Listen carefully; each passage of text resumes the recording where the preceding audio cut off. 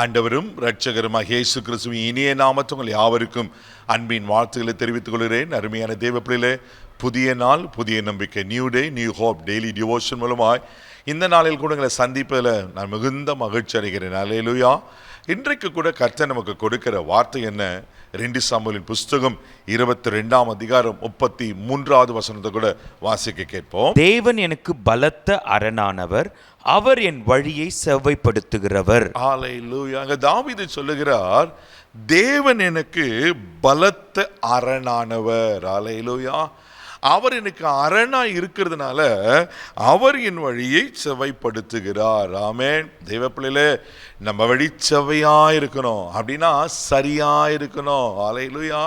நீங்களும் நானும் சரியான பாதையில நடக்கணும். நம்ம வழி நல்லா இருந்தது தானே அதில் நல்லா போக முடியும்.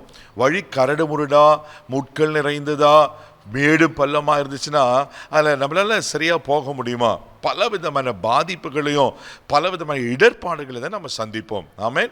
அதனால தான் இங்கே தாவீது சொல்கிறார், தேவன் என் பலத்த அரணானவர். அல்லேலூயா. அவர் எனக்கு பலத்த அரணா இருக்கிறாரு. தேவப்பிள்ளையில உங்களுக்கு எனக்கும் அவர் தான் நமக்கு பலத்த அரணா இருக்கிறார். எத்தனையோ நம்மளை சுற்றிலும் பயங்கரமான காரியங்கள் நடக்குதுல்ல, எத்தனையோ தீங்குகள், எத்தனையோ விபத்துகள், எத்தனையோ கடினமான காரியங்கள்.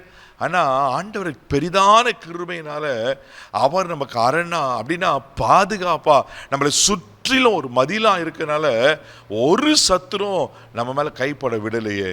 உன் பக்கத்தில் 1000 பேரும் உன் வலது புறத்தில் 10000 பேர் விழுந்தாலும் அது உன்னை அணுகாதுன்னு வாக்கு பண்ண ஆண்டவர் பாருங்க நம்மளை எவ்வளோ அழகாக பாதுகாக்கிற தேவனாக இருக்கிறார். சங்கீதத்தின் புஸ்தகம் 31ஆம் சங்கீதம் 4வது வசனத்தை வாசிக்கும் போது அழகா சொல்லப்பட்டிருக்கோம். வாசிக்க கேட்போம். அவர்கள் எனக்கு மறைவாய் வைத்த வலைக்கு என்னை நீங்களாக்கி விடும், தேவரீரே எனக்கு அரண். ஆமே. அவர்கள் எனக்கு மறைவாய் வைத்த வலைக்கு நீங்களாக்கி விடும். பாருங்க, எப்போ இவனை விழுங்கலாம். பிசாசம் கெர்ஜிக்கிற சிங்கம் போல வகை தேடி கொண்டிருக்கிறானா. தேவ பிள்ளையில மனுஷர்களும் எப்போ இவன் காலை பிடிச்சி இழுக்கலாம், எப்போ இவன் கீழே விழுவான், இவன் கஷ்டப்படுறத பார்த்து சந்தோஷப்படலாம் அப்படிதானே பார்த்துட்டு இருக்கு. உங்களுக்கு மறைவா வலை வைக்கிறாங்களா, மறைவா கண்ணிகளை வைக்கிறாங்களா? ஒரு சந்தோஷமான செய்தி என்ன தெரியுமா? நீங்கள் ஆண்டவர் பிள்ளைல ஆண்டவரே உங்களுக்கு மறைவா இருக்கிறார். ஆண்டவரே உங்களுக்கு அரணா இருக்கிறார். அல்லேலூயா.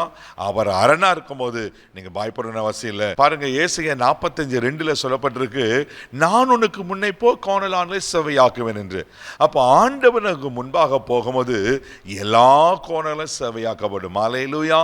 தேவ பிள்ளைல அவர் நம்ம வழிகளை செவ்வைப்படுத்துகிற தேவனா இருக்கிறார். எப்போ தெரியுமா நம்மளுக்கு வழியை செவ்வைப்படுத்துவார்?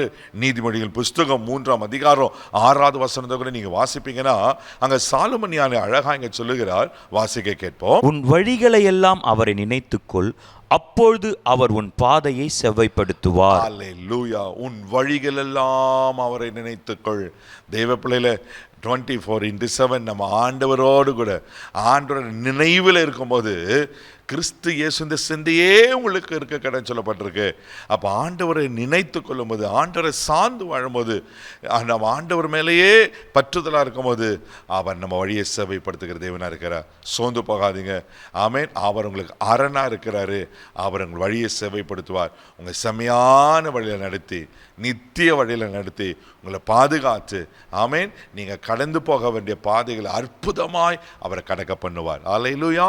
கண்களை மூடி நம்ம செபிக்கலாம். அன்பு தகப்பனே, உமக்கு நன்றி சொல்லி உமக்கு துதிக்கிறோம், உம்மை ஸ்தோத்திரப்பா. ஆண்டவரே, எங்களுக்கு அரண் நீங்கள் தான்ப்பா. எத்தனையோ சூழ்நிலைகள் எங்களுக்கு விரோதமாய் காணப்பட்டாலும் ஆண்டவரே, நீர் எங்களுக்கு பாதுகாப்பாக யாரனா இருந்து எங்கள் வழியை செவ்வைப்படுத்துகிறீரே.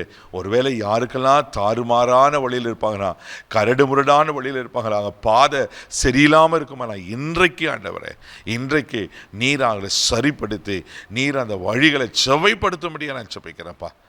ஆண்டவரே, நீங்கள் முன்னாடி போங்க, எல்லா கோணங்களையும் செவ்வையாகட்டும். இன்றைக்கி நீங்கள் முன்னாடி போய் எல்லா காரியங்களும் வாய்க்க பண்ணி தருவதற்காக ஸ்தோத்திரம். இந்த நாள் முழுதும் கரம் பிடித்து நடத்தும் கிருபை கோப்பம் கொடுக்கிறேன் இயேசுவின் மூலம் ஜெபம் கிளம்புதாவே. ஆமென். அவர் உங்களுக்கு முன்னாடி போகிறார். தைரியமாக போங்க. God bless you.